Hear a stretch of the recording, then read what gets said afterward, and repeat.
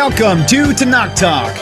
I'm your host, Wil'liam Hall, broadcasting to you live out of Kingsland, Texas, USA, with another fine episode of Rabbi Michael Skobac's A Rabbi Cross-Examines the New Testament.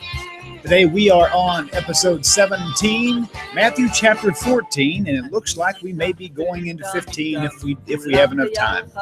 So coming to you from Canada, Rabbi Michael Skobac, and go to his website, JewsForJudaism.ca. You got to write this down. Tons of stuff, and you're going to want to watch him and follow along with his juicy stuff he's doing now that's not available yet. I know it's such a temptation, but hey, we got to wait. You got to wait till after dinner to get the ice cream, right, Rabbi? No, just come to Canada. Hey, yeah. Oh, that's great. Great news. Great news. Okay, fantabulous. Well, Rabbi, it's been another long week. Everybody goes through ups and downs, and boy, I've had some funky downs this week with some technical challenges, but with every new challenge, well, that was a nice fade out. With every new challenge, comes some tweaking that actually improves things a little bit each time. So I'm okay with that. That's good. So Rabbi, you were telling me that you've got a pretty smooth set for tonight, and you may even leak maybe into 15, which would be kind of cool. That's a good way of putting it. Yeah. Well, I'm thinking if we do that and we really seize those opportunities, we might actually get our episodes and chapters matching up. Well, at least until we end Matthew, that is. Then we'll be on episode 90. That'll be a good trick if we can synchronize that. Yes, indeed. Yes, indeed. Wow, very good. It's interesting. Like sometimes, we have the Jewish calendar dates, and when they can sync with the English calendar dates. Like sometimes the 4th of June, might be the 4th of Sivan, which would be cool if you can do that. But usually they're out of sync, and you have to sort of, get them more synchronized. Right. But yeah, I don't know if we're going to actually finish 2 chapters tonight. That's sort of wishful thinking, but sure. Sure. You never know. Very good. I'm glad I didn't catch any grief whatsoever about the picture that I chose for this one, but I was tossed between so many different things to use. But this, the beheading of John the Baptist is probably the most obvious thing that happens in this chapter. So I figured it might be a nice little theme to go with. Well, it's the most gruesome picture you're going to get. Yeah. Well, no, actually, this was the mildest one. I was like, I was working with the couple, and I edited the entire picture, and then I was like, oh no, that's just way too gross, man. So as I was going back and forth with different title ideas, I came across this bronze, and I was like, well, the bronze is kind of, at least it's, at least it's bronze. You don't see the red blood spurting out. Yeah, I know. There were some really bad ones. I was like, oh my gosh, I need to change the settings on my search engine. Jeez, Wheezy. Man, I've not been one known to have a super weak stomach, but man, I wasn't prepared for this week's broadcast. All right. But now we are. Rabbi, what do you have for us this week? So, it's a relatively short chapter. It's got a couple of interesting parts. The first part, which takes us to, I guess, verse 12, is the whole story of the beheading of John the Baptizer. And, there's a bit of a confusion about who the persona are, because when you go through the gospel story, it doesn't seem to line up exactly with what Josephus writes in terms of who is who in the story, but I'm not going to get into that. Just wanted to focus on a few things. First of all, this is not the same Herod, obviously, that we read about in the beginning of Matthew. This is Herod Antipas. He's the next generation in the Herod line. And it's interesting that the chapter begins by him hearing about the incredible fame of Jesus. And this has been a theme that we've run into a number of times already, that the Gospels, at least so far in Matthew, are consistently testifying to the fact that Jesus was popular and famous and, a rock star, and everybody knew about him throughout the entire region. And, again, it doesn't line up with what Christians maintain, which is that this Jesus was the suffering servant spoke about in Isaiah chapter 53. However, there, we're told that this servant of God is going to be not popular at all, but not hugely popular, but the exact opposite is going to be literally despised and hated by everyone, not just a small group of people. So again, this is the continuing in this theme, which we've seen many, many times, about how famous Jesus is. Now, for some reason, there's a really strange verse in verse 2 where he says to his servants, this is John, the Herod, the tetrarch. He says, this is John the Baptist. So I don't know. I guess they must be in the prison area with him. And he points out that he's risen from the dead, which is a very strange thing to hear. I mean that, John the Baptizer has been, in our stories before, he was someone that was proclaiming the coming kingdom of God. He was immersing people in the Jordan River. He was telling people to repent. And then he gets locked up in prison. And then we saw that he forgets that he had this meeting with Jesus back at the Jordan River.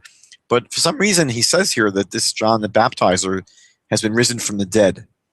So it's hard to understand where that's coming from. And I would say possibly it may be associated with the idea that was floated about already in Matthew. We saw it in chapter 11. We're going to see it again in chapter 17, that there was at least some rumor that John the Baptizer may have been Elijah the prophet. That was at least what the Gospels here are trying to put forward. And so maybe because John the Baptizer associated with Elijah the prophet, that there's an assumption that he maybe is Elijah who's come back from the dead, although we know Elijah never died, but still he sort of disappeared from the face of the earth to go up to heaven. So maybe that's why they're speaking about him here as someone who's come back from the dead. Otherwise, I can't make rhyme or reason out of this phrase. Mm-hmm. And basically what happens is that, one of the women in the story here has a grievance against John the Baptizer because he complained about her marriage, saying that it was violated the Torah's laws against prohibited marriages. And so basically what ends up happening is that the request that this woman's daughter makes is that Herod give her the head of John the Baptizer. Now, in the King James Version here, it says to put him on a charger. Now, I guess if you're reading this in a King James translation, you don't understand Old English, you're not going to know what putting someone's head on a charger means. It really means a platter, or, some kind of a tray. So that she wants his head brought in on a platter or tray. And it's interesting that the king here, Herod, is sorry about it. In verse 9, it says he didn't really want to do it, but he seemed to be sort of obligated. It reminds me, what's going to happen later on when Pontius Pilate doesn't want to execute Jesus, but he's also sort of forced into it, allegedly. Now, it is a gruesome story, and the question is, where do you see any parallels to this in Jewish literature of someone being beheaded and their head being brought in on a platter? So there is only one similar story in all of rabbinic literature, and it's a story that's based upon the rabbinic midrash to the book of Esther, where Memuchan. Now, Memuchan is one of the names of Haman. So Haman is the arch villain, the arch enemy of the story, but he's referred to in some of the verses as Memuchan. And he tells the king Achashverosh to bring the head of the disobedient Vashti to him on a platter. Right? Vashti was the king's wife who refused to appear, before all the guests at the party.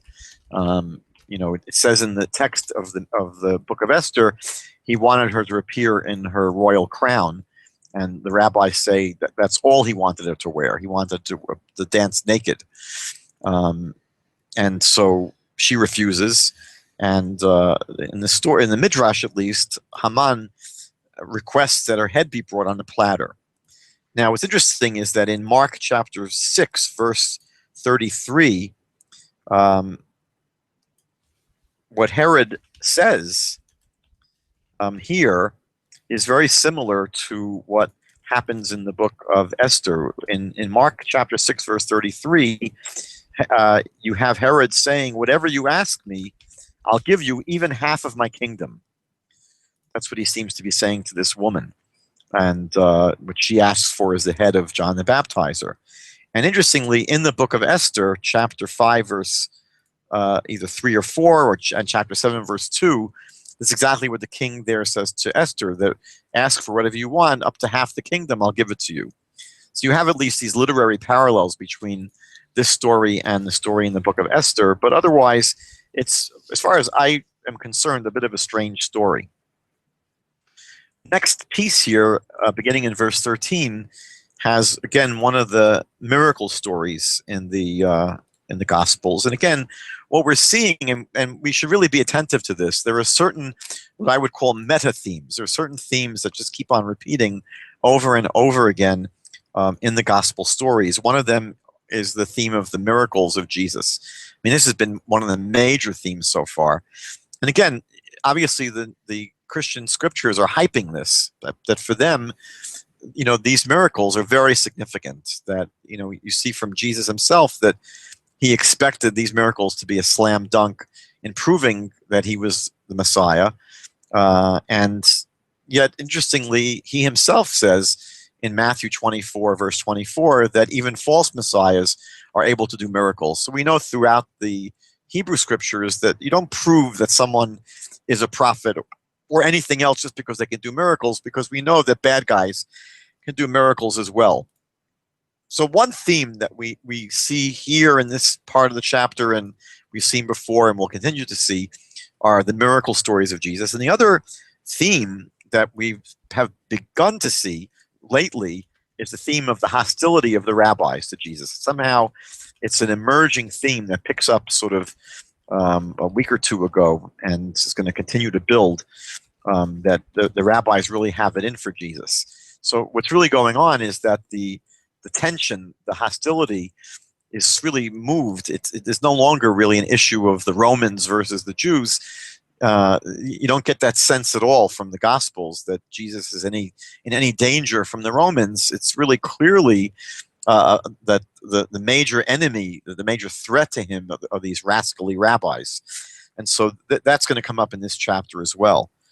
Now, the miracle here is very similar to stories in the second book of Kings, chapters 42 to 44, and chapter 4, verse 7, where people are able to multiply oil and multiply food, and it's somehow on a lesser scale than here.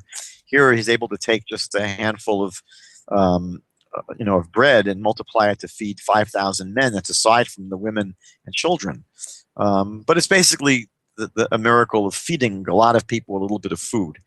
And what's interesting for our purposes is if you go to verse 19, where it says that he commanded the multitude to sit down on the grass, and took the 5 loaves and the 2 fishes, and looking up to heaven, he blessed. He said a blessing, and he broke, and he gave the loaves to the disciples, and the disciples to the multitude.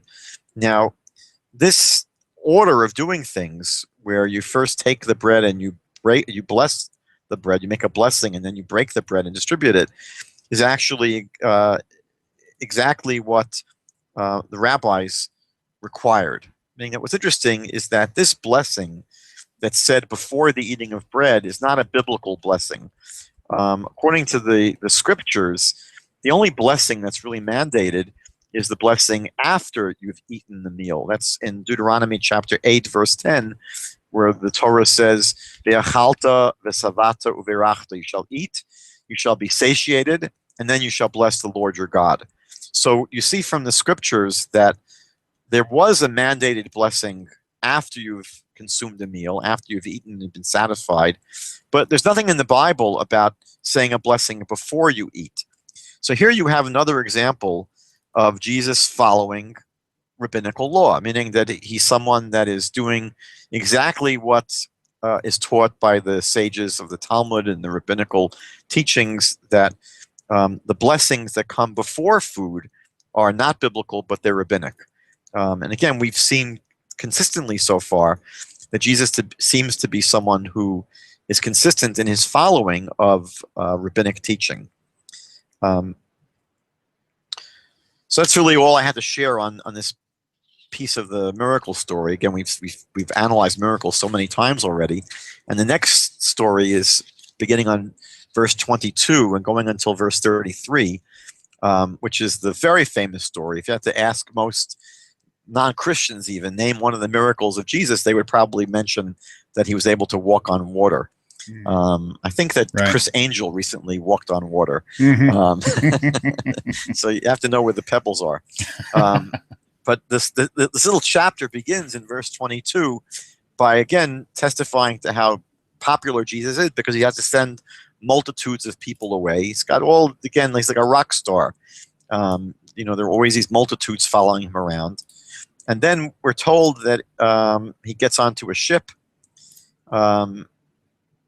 and they were in the middle of the sea, tossed by the waves, because the wind was really, I guess, rocking the ship. And in verse 25, in the fourth watch of the night, Jesus went to them walking on the sea. Now, it's interesting that the Talmud discusses, actually, whether there are 3 or 4 watches to the evening. And the basic conclusion is, according to Jewish law, there are 3 watches during the evening, three different watches. But here, the gospel writer seems to go with 4 watches, which is really more of what Romans were using as their system. And Mark chapter 13 actually names these 4 watches. In verse 35 there, in Mark 13:35, he refers to the evening watch, the midnight watch, the cock crowing watch, and the morning watch. So there are 4 watches, but apparently they weren't going by the rabbinical standard, which is 3 watches during the evening. In verse 26, when they see him walking on the water, it says they were bothered, saying it was a spirit or an apparition, and they cried out for fear. Now, that to me is an interesting verse. They're assuming that what they're seeing, and then they're seeing him walking on water, and it is him that's walking on the water somehow miraculously, but they don't assume it's Jesus. They assume it's a ghost or an apparition.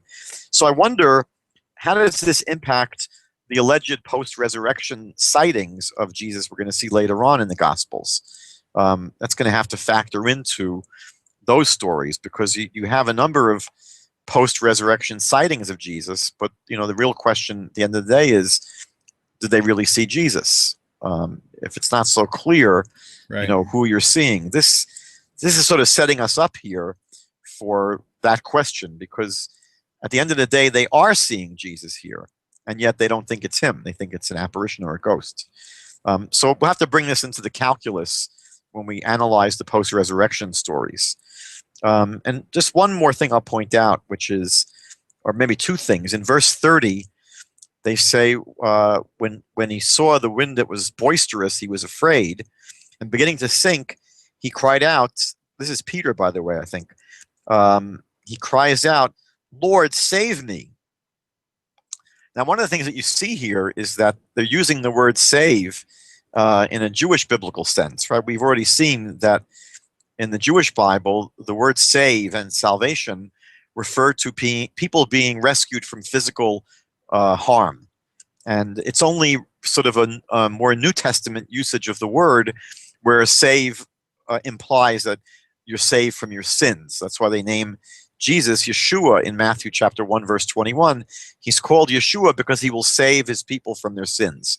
But that's an unusual and really non-biblical use of the word salvation. And you see here a more accurate biblical, Jewish biblical, Hebrew biblical usage of the word salvation to refer to physical salvation. Now, the last verse in this portion is problematic. In verse 33, it says that they that were in the ship came and worshipped him. Now, we already discussed in the past whether or not this phrase "worshiping him" means that they pray to him as a divine being, meaning that as we pray to God, or does it mean that they were showing respect to him? We know that the word in Greek there can mean a form of showing respect, in the same way that you can bow down to someone in worship, in the same way that people would bow to idols, or there's bowing to show respect. In the Bible, You find that when they came to Egypt in the time of Jacob, they bowed down to Pharaoh as a sign of respect. It doesn't mean they're worshiping him as a god. So these passages in the Gospels really are unclear. I'm sure that Trinitarians love this kind of verse because they'll say, well, look, it says they worshiped him and they said, you are the Son of God. So again, the Son of God mean that someone is divine, is God himself. We see in the Jewish scriptures, in the Hebrew Bible, that human beings, normal human beings, are referred to as sons of God. You see that in Deuteronomy 14:1. All the Jewish people are called children of God. You find that Solomon is referred to as a son of God. And the Jewish people in Exodus 4:22. B'ni bechori Yisrael, my son, my firstborn is Israel. So again, a Trinitarian that's invested in proving that Jesus was God and acknowledges God would get excited about this verse. I'm not so sure that this is a slam dunk for their case. And then finally, I think this is finally, starting in verse 34, you have, again, more miraculous healings. So there's been a lot of healings and miracles in this chapter. And in verse 36, it speaks about those that came to touch the hem of his garment. Really, it's referring to, as we saw before in chapter 9, verse 20, his tzitzit, his fringes. And interestingly, in this week's Torah portion that we just read last week, in Shlach, in chapter 15 in the book of Numbers, there is the source in the Bible, the first source for the mitzvah, the commandment to attach fringes on the corners of a garment. And it seems that that's exactly what was described here. Again, another testimony to the fact that Jesus, in all likelihood, was Torah observant. So from my point of view, that's the end of chapter 14. Unless you had something to bring up. No, I'll tell you what, the only thing that was coming to my mind was, we hear about all the miracles and stuff that's all through. In fact, I don't know what book it's in, you probably do, where it says that his miracles were so great, and they was like, this guy, he must be sent from God because of these amazing miracles that are so out there.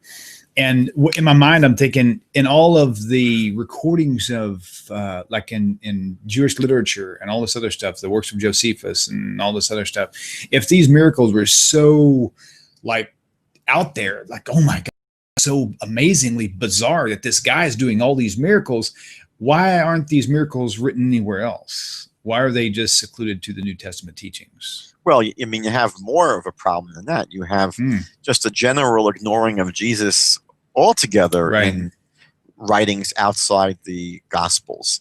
So you don't really have a mention of him in Josephus, except for a very, very highly disputed passage.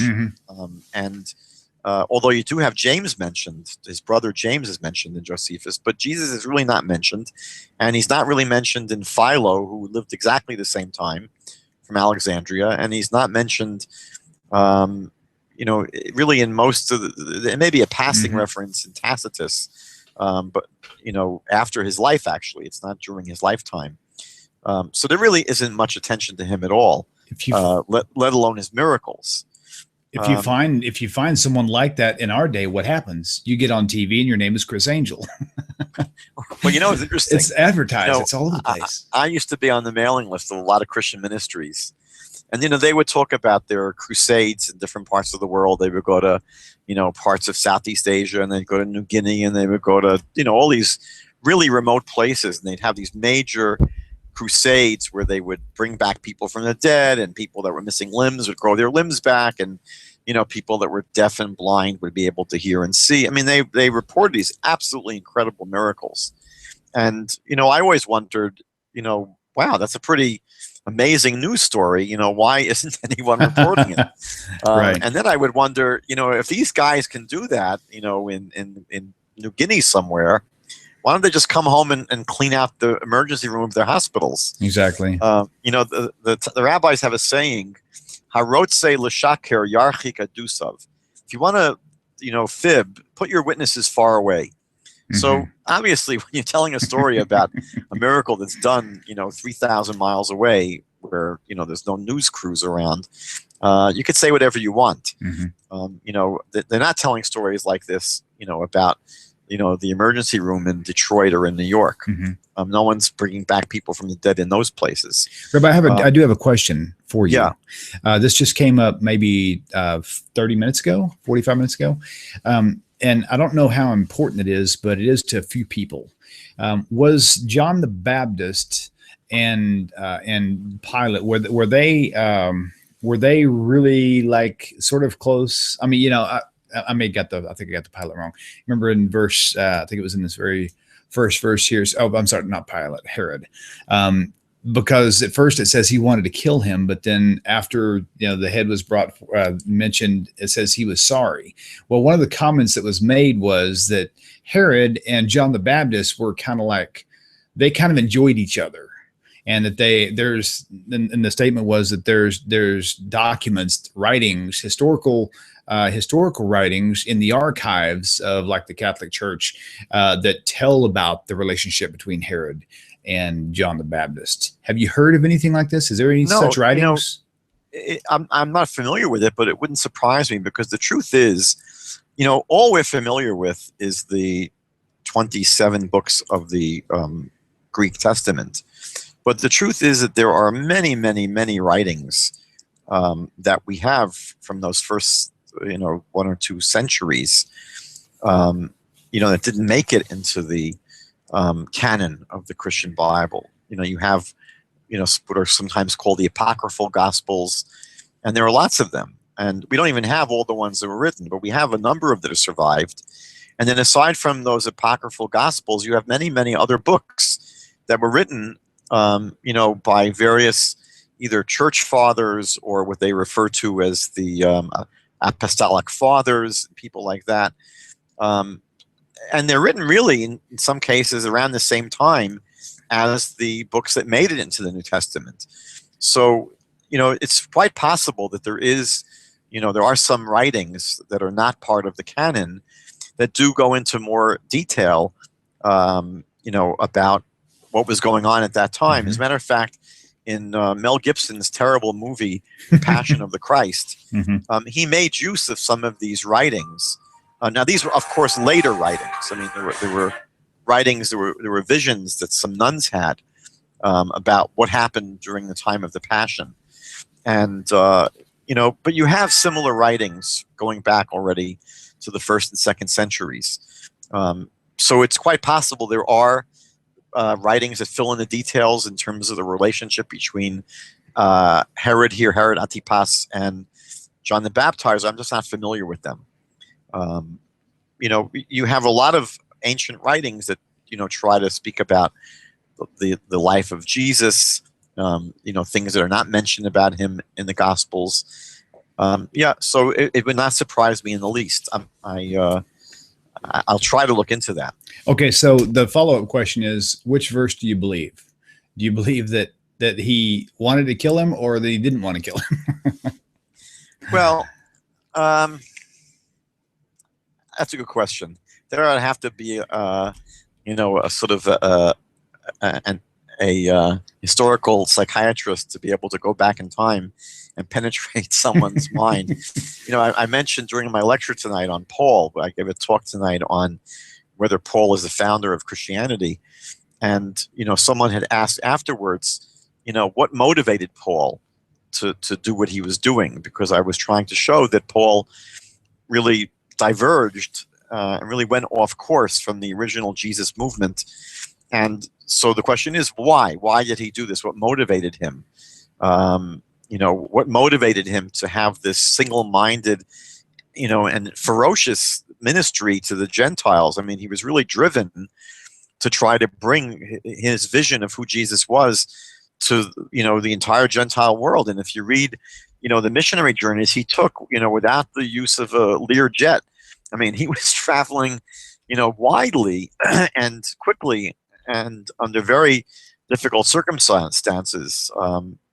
So it's hard to really enter into his mind and try to presume to understand why someone living 2,000 years ago does what they do, or doesn't do what they might want to do. My reading of these characters, these Roman rulers and these Idumean rulers like Herod, they're pretty bloodthirsty people. They didn't get and maintain their power by being pacifists.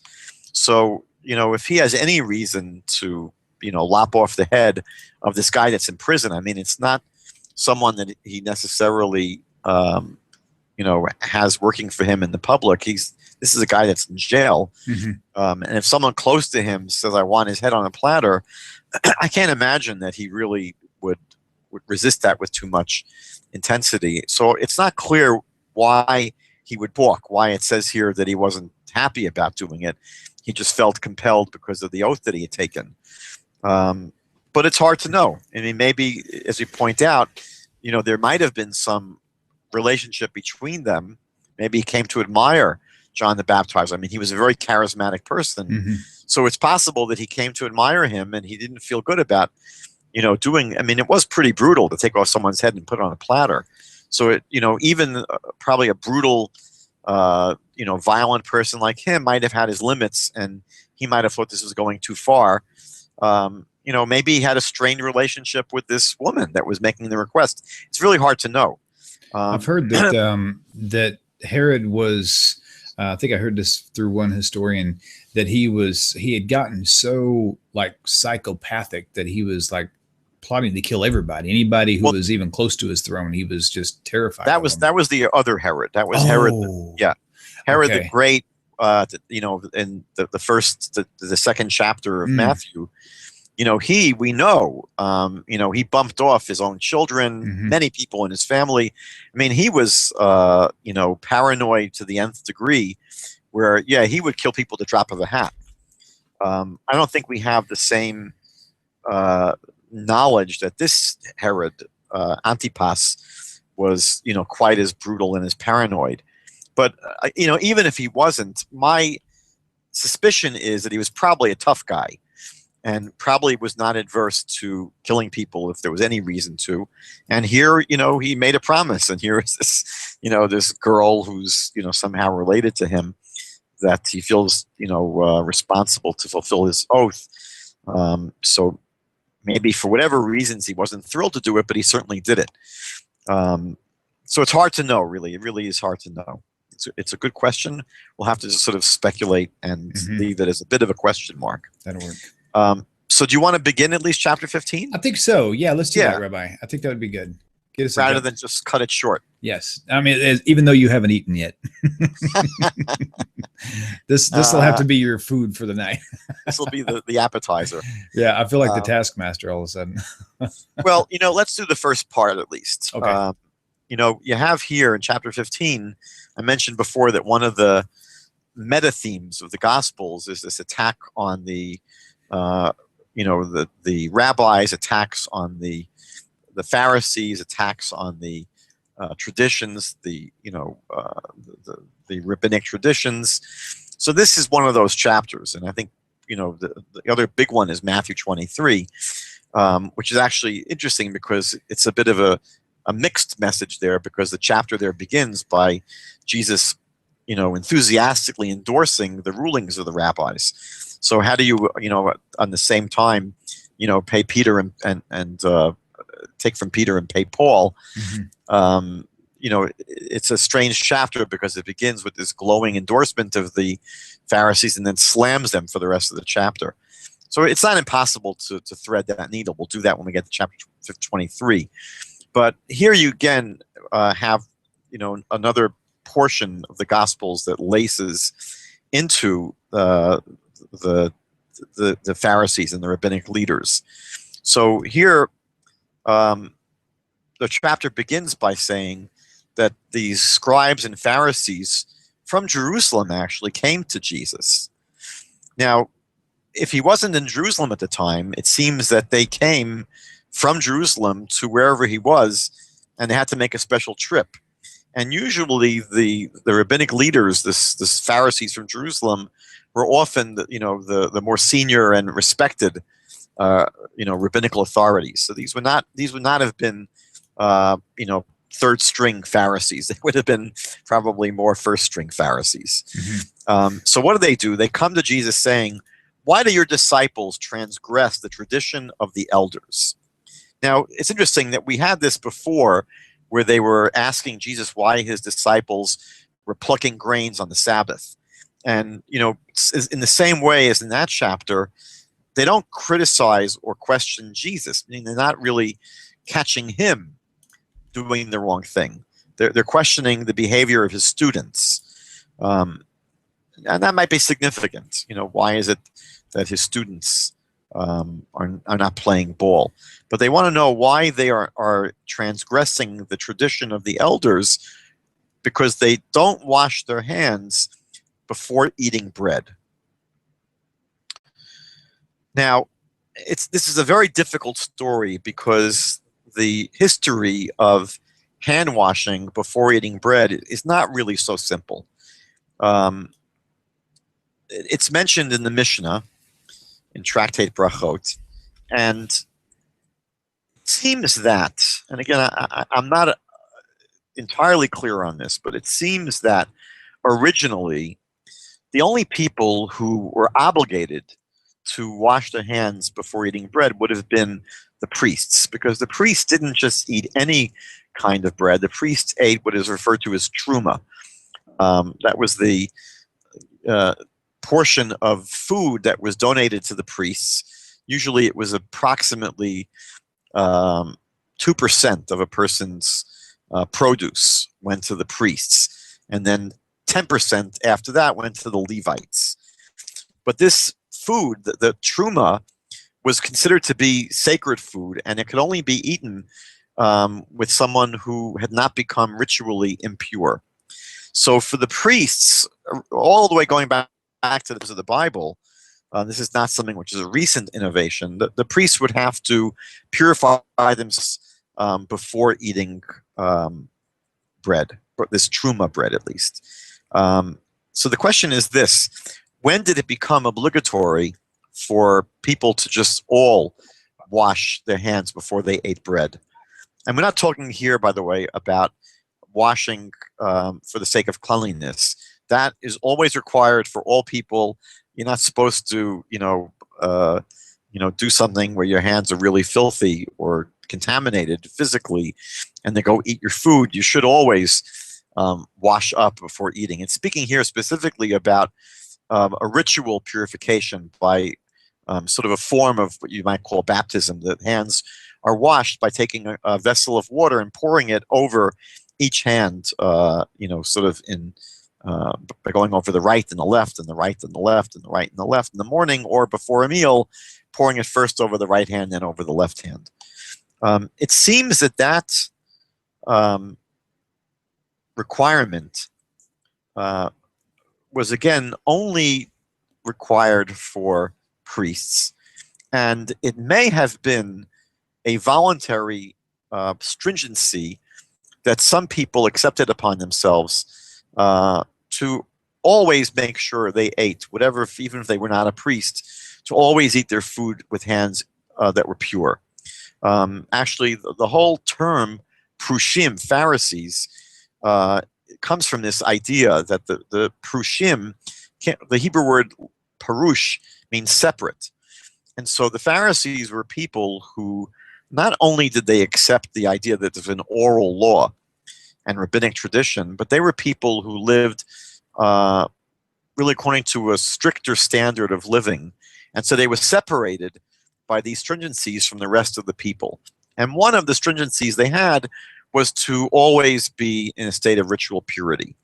But again, it may not have been a requirement for the average Joe on the street until possibly around the year 100 of the Common Era. I mean, not until after the destruction of the temple was there a decree that all people should always wash their hands before eating bread. And the reason actually was interesting. The reason was that they wanted to sort of encourage and make sure that the priests themselves, even though there wasn't a temple anymore by the year 100, they wanted priests to never forget the importance of eating bread, eating truma at least, with their hands ritually pure.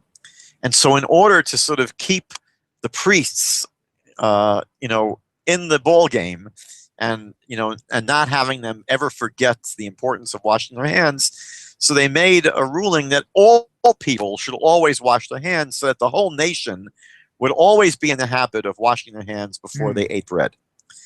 But that would be a problem for this story here, because if the requirement itself didn't kick in till around the year 100, it's hard to know or understand why the Pharisees are giving Jesus' disciples a hard time here. Now, there is an opinion which says that this requirement may have come about a little bit earlier, but even there, it probably wasn't until around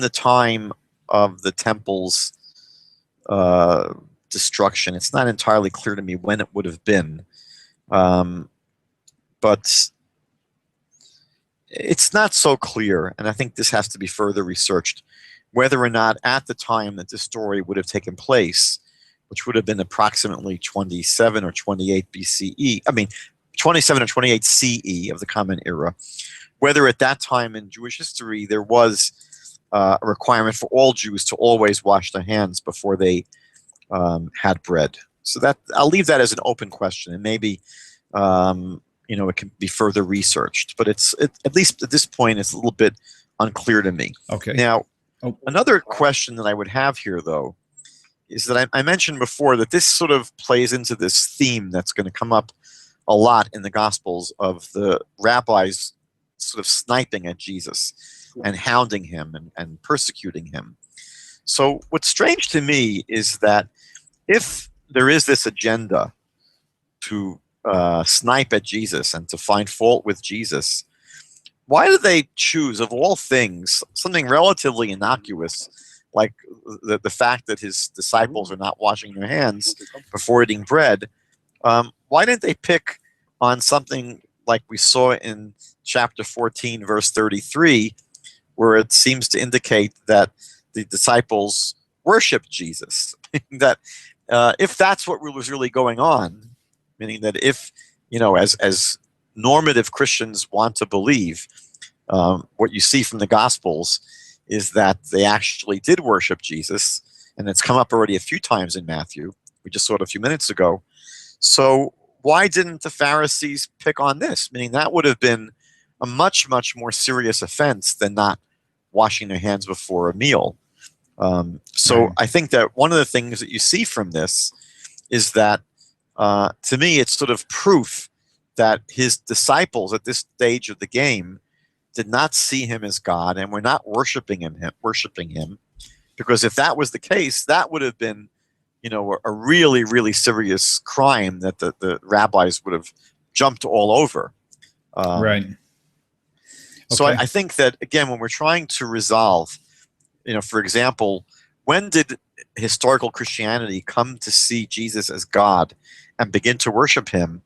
It's not even entirely clear in the writings of Paul if Paul really did see Jesus as God in the flesh entirely, because he basically, when we get to the writings of Paul, and I'm not sure when that's going to be, but they're sort of confusing and they're conflicted and they're often contradictory. So at the same time, Paul writes about, Jesus being this divine pre-existent being, and the fullness of God dwells in him.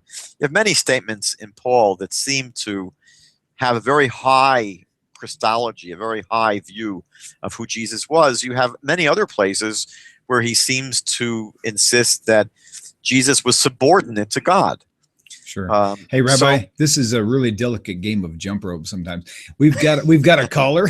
Yes. I figure, I don't know what his question was regarding, so we're going to bring him on the phone right now, let him ask his question, and we may have to backtrack, or it may be a totally different question. We'll see, okay?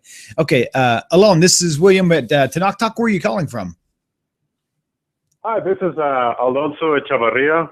I spoke to you before, William, yes, from Big Spring, Texas. Yes. Very good. We've got Rabbi Michael Skobac here tonight doing Matthew chapter 14 and 15. Do you have a question regarding those two chapters? Yes. Thank you, Michael, Rabbi Michael Skobac. I've been watching your videos. Your videos are great. I was going to ask you about Matthew and Mark regarding the when Jesus goes in the boat. Is there another miracle there? Because Mark explains that he goes in a boat, and he says we're on a boat by themselves. And then I believe Matthew says it in a different way. Is there something else going on there? Well, not in Matthew. I mean, in Matthew, it seems that the miracle in that chapter is his walking on the water. When we get to Mark, I didn't bother comparing the Matthew version here to the Mark version. So I'm not sure exactly the way the story is recounted in Mark. We'll have to see when we get to Mark. But here, it just seems that that's what's going on, that he astounds these people by walking on the water, which is a pretty cool trick. Yeah, it's another miracle. Very good. Well, it does seem, look, when we try to ask ourselves, why does that story make it into the Christian Bible? Meaning, why do the gospel writers deem it important to let us know about this? And again, we have to bear in mind, just because the Gospels tell us that this happened, that's not necessarily, a courtroom proof that it happened. Meaning that all we're getting here is the claim that these writers make, that these things happened as they're reporting it. So, are these stories being totally fabricated? Possibly. Are these stories being exaggerated? Meaning that, in the feeding of the 5,000 men plus the women and children, it could be that there were 10,000 people sitting there. Is that an exaggeration? Maybe, there were some loaves of bread which fed, a couple of dozen people or 100 people, but was it 10,000 people sitting there? So you have two problems. Problem number one is the story at all taking place, or is it being fabricated out of whole cloth? Or was there something that happened, but it's basically being exaggerated and hyped in order to increase the effect? So again, we weren't there. We don't know. And I think one position to take is a skeptical position, which would say, you know what, until we have real proof, we just will not accept these stories at face value. Another point of view to take, as I've mentioned, is, to just say, for argument's sake, let's assume these stories happened as reported. But then the important question is, what would be proven by that? Meaning, would it be significant in the scheme of things? And so because we know that miracles are not unique to Jesus or to Christianity, so we know that our scriptures, the Tanakh, never tells us that the way in which we'll be able to identify the Messiah is through the miracles that he will do. That's just not how we're told to identify the Messiah. And the reason, again, is because miracles don't prove anything. So I can feel very comfortable at the end of the day, totally accepting the veracity of these stories. I would put my skeptical hat aside for a moment and accept the stories at face value for argument's sake, and say, okay, but so what? What would it prove? And then, in a moment of being more skeptical and more critical, I would say, okay, so what is the proof that we have that these stories actually took place as reported in the Gospels?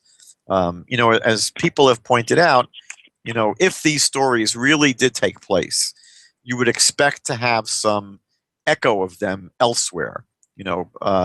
Matthew says later on in chapter 27 that, at the crucifixion of Jesus, the graves of many righteous people opened up, and they came out of their graves, and they appeared to many people in Jerusalem. Now, that's the kind of story that would have made headlines if that really happened. You would expect that someone else other than Matthew would report that story. It would make it into Mark. It would make it into Luke. It would make it into John.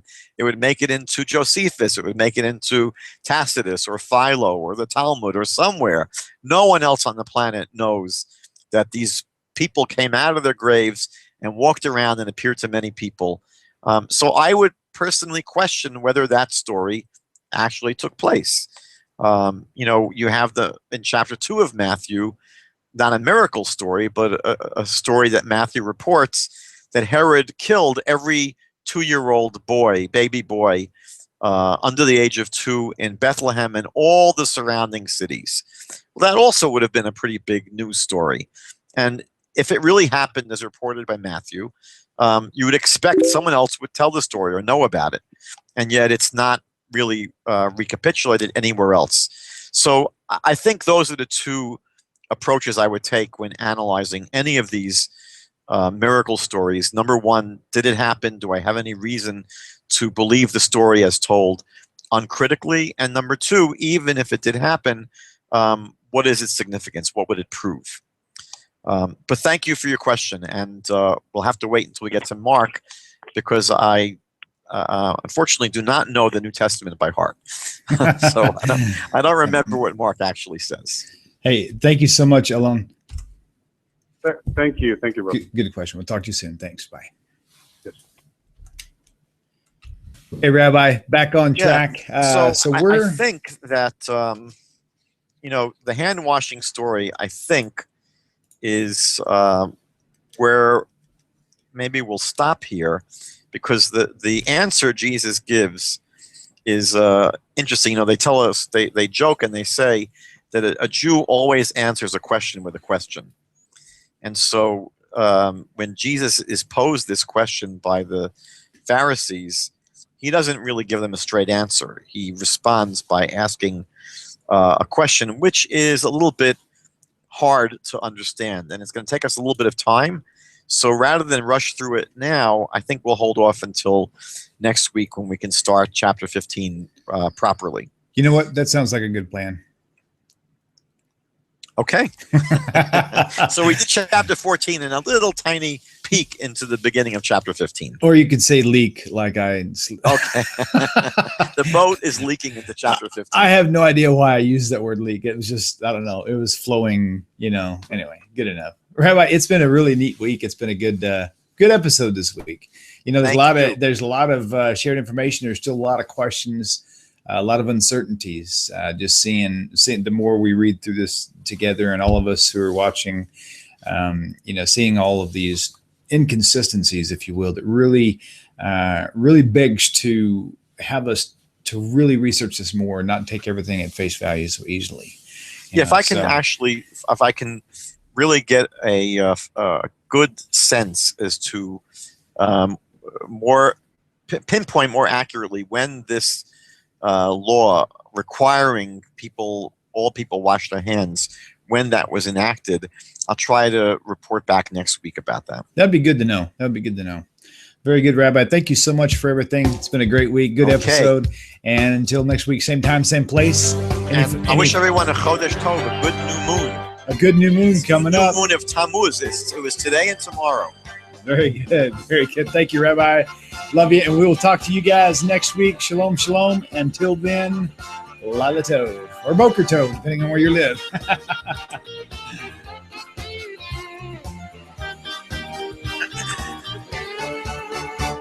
אני אתה אתם תמיד כולם ביחד, חשוב מכל חשוב והכרחי להיות ביחד. איפוק זו העוצמה, ויתור זו הגדולה, השאיפה והכמיהה.